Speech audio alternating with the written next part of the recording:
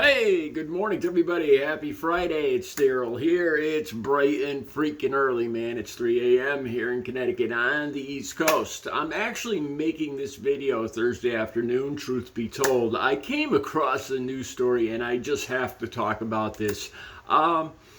It's about JD Vance and him just looking like a total moron on the tarmac is it Wisconsin? I believe it's in Wisconsin. I just got to talk about this.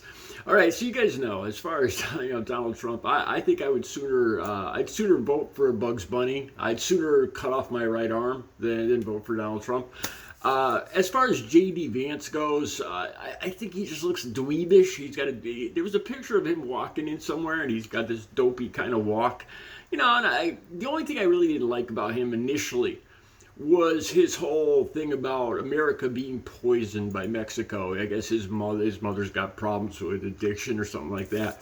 And I've talked about this before. I'm not going to get real into it, but this bothers me because it takes away a tool that recovering addicts like me have about taking responsibility. When he starts pushing this narrative that it's Mexican people are sneaking in here, poisoning Americans, it takes away the responsibility of people like me. For 2 decades, I was waving around every cent, every dollar I had, and giving it willingly to dealers. Nobody came here, nobody snuck in here and poisoned me. It's taken. Plus, like I said, it makes it.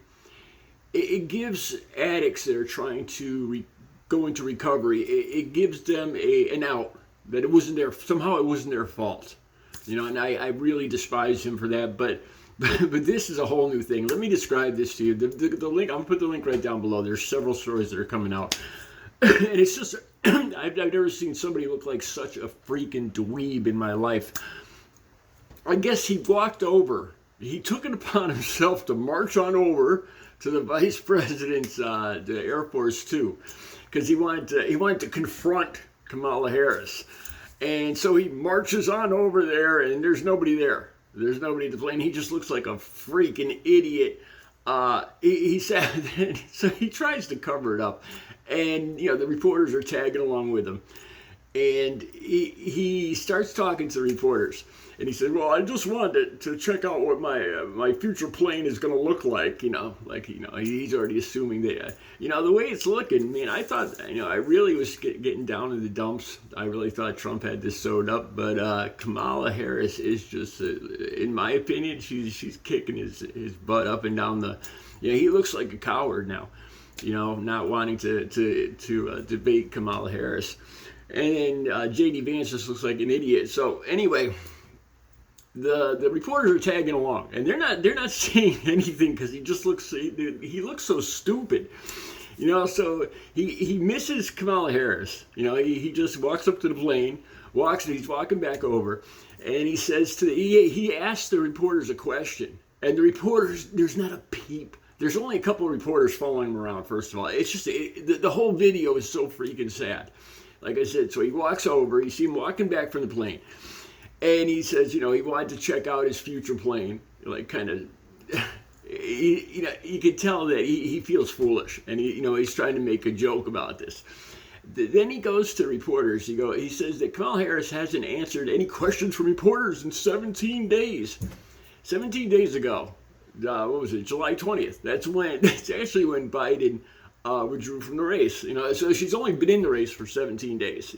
So now he's trying to make it sound like she's hiding from reporters. I mean, she just picked her vice president yesterday. So he asked the reporters, he says, it's really important that, she discusses the topics with you guys, don't you think? And it's just not crickets, nothing. The reporters don't say a freaking word. They're all just standing there, and the situation just gets more and more awkward and sad. The reporters don't say a word. He goes, "Oh, okay, great." And he's kind of irritated. It looks to me like he's kind of irritated because the reporters aren't playing along. They're just filming. They're just filming this botch, whatever you want to call it, this botch confrontation that JD Vance was trying to pull off.